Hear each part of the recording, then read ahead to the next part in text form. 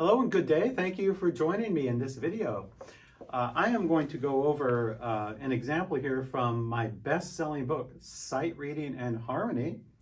If you don't yet have this book, you can order it either digital or hard copy from the links below this video. Anyway, in this example, I'm going to talk about, in this video, is on page 2 from part 4. Okay, so it's about maybe almost halfway through the book here. Page 2, large page, page 2 here on the top. So let's go over this example here and see what we can learn about this. I think that the probably the greatest foundation that you can build for reading music and for sight reading is being able to read the outer parts. Reading the outer parts. It's very important. And I liken this to a sandwich. I like to use analogies a lot. And if you have a sandwich, say 2 pieces of bread, and then you have your whatever you put between those two slices of bread, you have your complete sandwich. Well, it's not complete without the bread. The bread forms the foundation, the pillars of the sandwich, and then what's in between is just sort of whatever you want to put in between, but you have to have those pillars, that foundation. So I liken the soprano and the bass line as like those are the 2 pillars, those are the 2 pieces of bread. You need to solve that first, be able to read it well first, then you can start adding the voices in between. Now, how do you do this? So what I've done is I've taken the grade 7 to 8 line. Grade 7 to 8. So you can look, if you have grades 7 to 8 line. So what I've done is, and this is similar to the grades 3 to 4 line, although it's not exact. So what I've done is I've just extracted the bass voice, the bass part here with the stems going down, and the soprano, the very top voice with the stems going up. And in between are the alto and the tenor voice here. I'm not going to open the book and show you because you can do that yourself. And you can see that when you're reading that grade 8 line, you want to practice. If you want to practice reading it and build up your foundation, focus on the very bottom note and the very top note first. And so you need to be able to sort of isolate those 2 parts by themselves and play them by themselves. So I've done the hard work for you. I've actually written that out. So what you could do for now, you could just screenshot this and then use this to practice with at the piano. So the key to learning how to read the outer parts is understanding and recognizing the intervals between those. And you have to see the intervals. If you just look at them from a very objective point of view, you have, this is a distance. Okay, those are a distance apart. Now, you see this one goes up 4, but this one only goes up 1. So that's a less of a distance than those 2. See, that's closer. And then this goes up 1 and that goes down 1. Those are even closer. See? And then this goes up 1 and that goes down 1. Well, these are even closer. See, so they're going inwards. See? And that's the kind of thing that you need to recognize when you're reading music, is the contour. Are the parts going down or are they going up? And what's the resulting distance apart from those? That can tell you a lot about fingering issues, because you would probably want to play, when you get to these smaller intervals here, when you don't have very far of a distance apart between the outer parts, then that probably means you won't be playing like your fifth finger maybe on the top note, because the interval is going to be so small that you can handle it maybe with just 1 and 3 or something like that. So larger intervals require more of an expansion of the hand, and shorter intervals require less of expansion of the hand. So you can get a lot of intuitive ideas about fingering simply from figuring out what the distances are of the intervals. See? So now this is the smallest so far. That's the smallest interval. And now look what happens. That goes down 3. That goes up 5. So see, it even expands. And then this one goes down just like a half step, and this one stays the same. So this is even the largest one yet.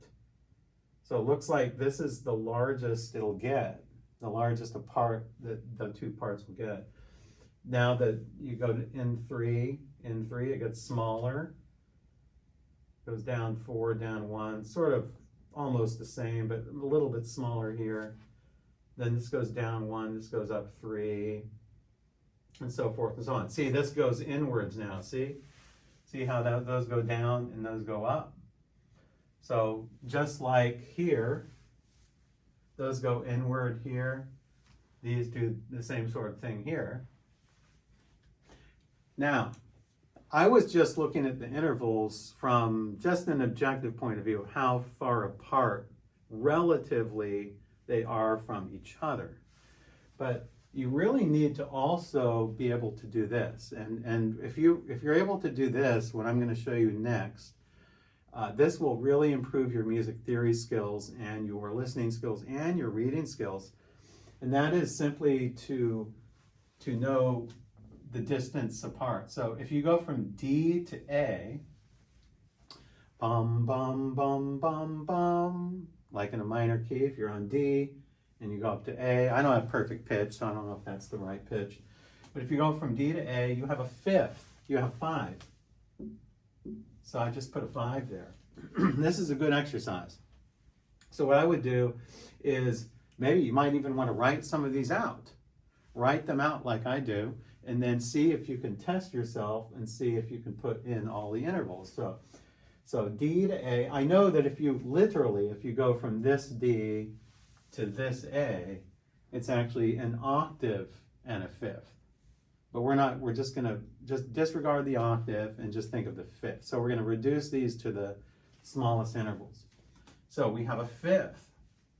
What's the distance between G and B, or G and B flat? It's a third, right? 3. The distance between A and A, we'll just put 8. 8 is also the same as 1. So you could think of that as 1, the same, or 8, a distant octave apart. What's the distance from B to G, or B flat to G? It's a sixth. And notice we're not specifying here, I'm not saying minor third or major sixth. I mean, this is a minor third and this is a major sixth, but when you're recognizing intervals, you don't have to really worry about that yet. Just whether it's a third or a sixth, whether it's major or minor doesn't really matter for now, because that will be taken care of with the key signature here. So we have a fifth, we have a third, we have an octave, we have a sixth. Then G to D is a fifth. And then F sharp to D, or F to D, is a sixth.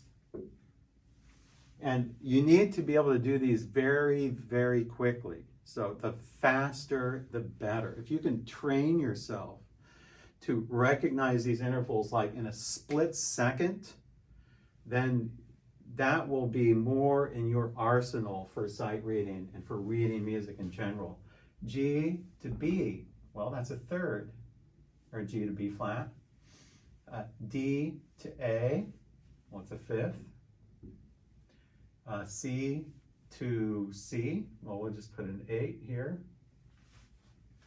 And C sharp to a B flat. Well, that would be just think of C to B.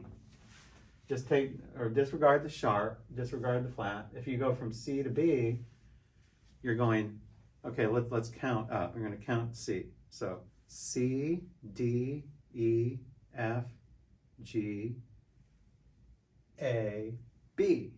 That's 7, right?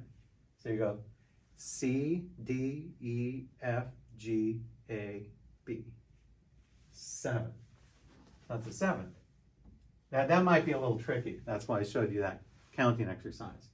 So if you count up letters, if you're first learning, remember to count the first letter. Okay. So we go from D to A, that's a 5th. C to G, that's a 5th. No, I'm sorry. There's something wrong there. No, I'm sorry. E to G is a 3rd, sorry.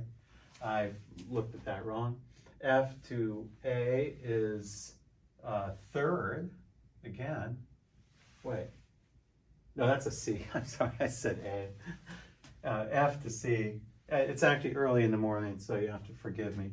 So F to C. Actually, okay, if you go from F to C, if you count up, F, G, A, B, C. That's 5.